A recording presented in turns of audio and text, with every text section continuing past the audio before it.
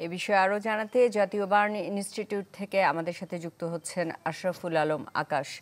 আকাশ, যারা চিকিৎসাধীন আছেন, আইসিইউতে আছেন, তাদের এই মুহূর্তে শারীরিক অবস্থা জানাবেন।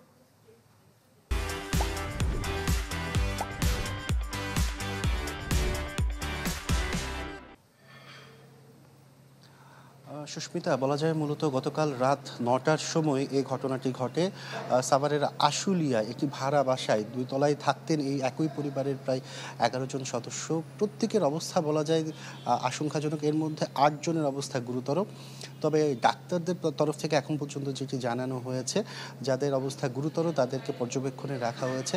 আর এর বাইরে যদি বলে রাখি, গতকাল রাত ৯টার সময় আসলে যখন পরিবারের সদস্যরা খাওয়া দাওয়া শেষে, যেহেতু শবে বরাত ছিল, সেই ক্ষেত্রে অনেকের বাসায় আসলে রুটি পিঠার আয়োজন করা হয়।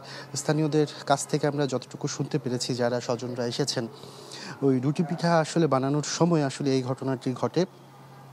আর বলা যায় রাত ৯টার সময় ঘটনা ঘটার পরও প্রথমে তাদেরকে একটি স্থানীয় হাসপাতালে নিয়ে প্রাথমিক চিকিৎসা দেওয়া হয়।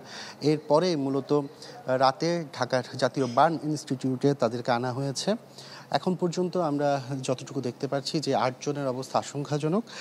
তাদেরকে আসলে ডাক্তারদের পর্যবেক্ষণে রাখা হয়েছে। তবে এখন পর্যন্ত আসলে নিশ্চিত করে কিছু বলা যাচ্ছে না। এর বাইরে যারা আহত হয়েছেন তারাও কিন্তু গুরুতর আহত হয়েছেন। তাদের শরীরের বেশিরভাগ অংশই কিন্তু আগুনে পুড়েছে। তো আমরা বেশ কিছুদিন ধরে আসলে এই যে সিলিন্ডার বিস্ফোরণের ঘটনাগুলি ঘটছে, বিশেষ করে ভাড়া বাসাগুলোতে এই ধরনের ঘটনা কিন্তু অহরহ হচ্ছে। আর এই ভিকটিমগুলোই মূলত ঢাকার এই হাসপাতালটিতে আনা হয়, দেশের বিভিন্ন জায়গা থেকে আনা হয়। তবে এখন পর্যন্ত আসলে সেই ধরনের নিরাপত্তা কোনো ব্যবস্থা দেখা যায়নি। তবে যে শিশুরা আছেন তাদের অবস্থা এখন আসলে বলাটা মুশকিল।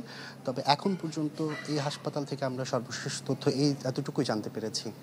আকাশ, আপনাকে ধন্যবাদ। আশরাফুল আলম আকাশ আমাদের সাথে যোগ দিয়েছিলেন জাতীয় বার্ন ও প্লাস্টিক সার্জারি ইনস্টিটিউট থেকে।